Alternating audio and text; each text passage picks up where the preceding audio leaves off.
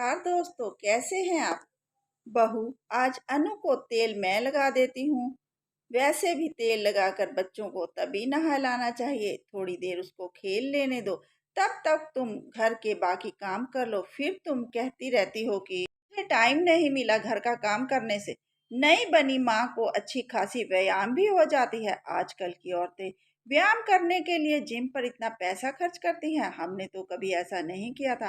नीलम जी अपनी बहू रेखा से कहती है। रेखा अपने अपने 45 दिन के हुए बेटे को सासू माँ को देते हुए कहती है कि माँ जी, आपने वादा किया था कि अगर मैं यहाँ रहकर डिलीवरी करूंगी तो आप मेरे से घर का कोई काम नहीं करवाओगे। मैं तो अभी बच्चा भी नहीं चाहती थी, परंतु आपने इतना जोर दिया और मैं बुद्धू आपकी बातों में आ गई। नीलम जी बोली, अरे बहू, यह क्या कह रही हो। कौन सी औरत होगी वह जो माँ नहीं बनना चाहेगी। अब तुम अपने मायके जाती तो मेरा बेटा राकेश तुम्हारे वहाँ घूमता रहता, और अगर सही उम्र में बच्चा हो जाए तो बाद में तकलीफ नहीं होती। 30-35 साल की उम्र में तो बच्चा हो जाना चाहिए। रेखा बोली, वह सब तो ठीक है, पर मेरे आराम का क्या। मैंने तो बहुत बड़ी गलती कर दी जो आपकी बात मान ली और मायके नहीं गई। आप किसी न किसी तरह से मेरे से घर का सारा काम करवाती हैं। मुझे याद है मेरी दीदी की डिलीवरी मायके में हुई थी तो कई महीने तक उसने कोई काम नहीं किया था। बड़े ठाठ से मायके में रहती थी और जब तक बच्चा संभालने लायक नहीं हो गया तब तक वह ससुराल नहीं गई। मैंने तो आपकी बात मानकर बहुत बड़ी गलती कर दी। नीलम जी बोली, बहू अपनी बहन की बात मत कर। तू बुरा तो मत मानना, लेकिन अभी उसकी उम्र ही क्या है और इतना भारी शरीर है। जहाँ बैठती है वहाँ किसी न किसी चीज का सहारा लेकर ही उठ पाती है। कपड़े भी सही ढंग से नहीं आते, आगे चलकर उसका क्या हाल होगा।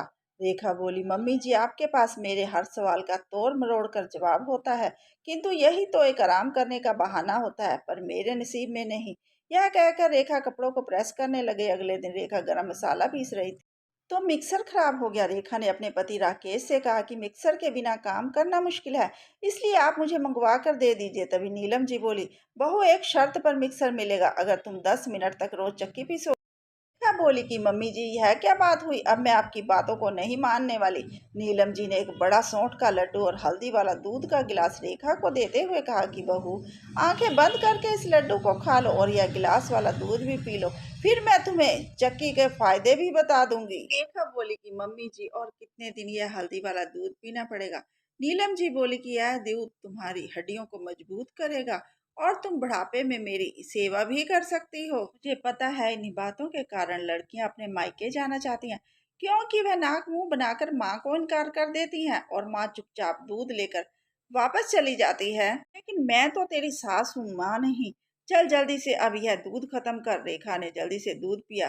तब नीलम ने उसे चक्की के पास ले गई और चक्की को चिल्लाते हुए कहने लगी कि अगर तुम रोज 10 मिनट चक्की चलाओगी तो तुम्हारा यह डिलीवरी के बाद जो इतना पेट बाहर निकला हुआ है धीरे धीरे अंदर चला जाएगा। कोई भी सास अपनी बहू की दुश्मन नहीं होती। मैं समझती हूँ बच्चा होने के बाद कोई भी लड़की अपने मायके आराम और ममता के लिए मायके जाना चाहती है। क्या मैं तुम्हें अगर वही ममता और तुम्हारी देखभाल यहाँ कर दूं तब भी तुम अपने मायके जाना चाहोगी। रेखा बोली कि मम्मी जी, आपने मुझे अपनी बातों में फंसा लिया और मैं यहाँ रहने के लिए हाँ कर दी। नीलम जी ने कहा कि बहू, तुम्हारी भाभी भी पेट से और तुम्हारी माँ के लिए बहू को और बेटी को संभालना इतना मुश्किल हो जाता है, जब यहाँ मैं हूँ तुम्हारी देखभाल के लिए। इसी बहाने मैं तुम्हारी माँ की भी मदद कर दी। तभी रेखा की मम्मी का फोन आया कि बेटा, आज के जमाने में कौन सी सास अपने समधन के बारे में इतना सोचती है। तुम्हारी सास ने मुझे वादा किया था वह तुम्हारा पूरा ख्याल रखेगी, और देखो वह रख भी रही है। मैं तुम्हारी भाभी के साथ तुम्हारी देखभाल नहीं कर सकती थी। तुम तो जानती ही हो कि तुम्हारी भाभी की माँ नहीं है, इसी वजह मैंने उसे मायके नहीं भेजा। मेरी तरफ से अपनी सासू माँ का बहुत बहुत धन्यवाद कहना। अब नीलम जी जो भी रेखा को काम करने के लिए कहती थी, रेखा उसे बड़े प्यार से करती थी। धीरे धीरे रेखा का शरीर पहले की तरह से ही फिट हो चुका था। एक दिन अचानक रात को रेखा की आंख खुली तो देखा कि उसका बेटा पास में नहीं है। जब उसने कमरे से बाहर जाकर देखा तो उसका बेटा सास ससुर के साथ खेल रहा था। रेखा के पीछे उसका पति राकेश भी आ गया था और रेखा से बोला कि जब भी रात को तुम्हारा बेटा जागता है मम्मी उसे अपने पास ले जाती हैं ताकि तुम आराम से सो सको। माँ ने मुझे तुम्हें बताने से मना किया था, इसलिए मैंने तुम्हें कभी नहीं बताया। मेरी कोई बहन नहीं है, इसलिए माँ तुम्हारा अपनी बेटी की तरह ख्याल रखती है। पति के मुंह से बातें सुनकर रेखा की आंखों में आंसू आ गए। अगली सुबह रेखा ने सब काम खत्म करके 10 मिनट चक्की पीस ली। तब नीलम जी ने कहा कि बेटे, अब जब घर का सारा काम कर लिया है तो चक्की पीसने की जरूरत नहीं है।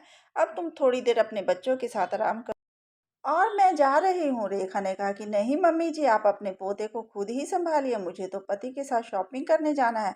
अब मायके में बच्चा दादी के पास रहे या नानी के पास, क्या फर्क पड़ता।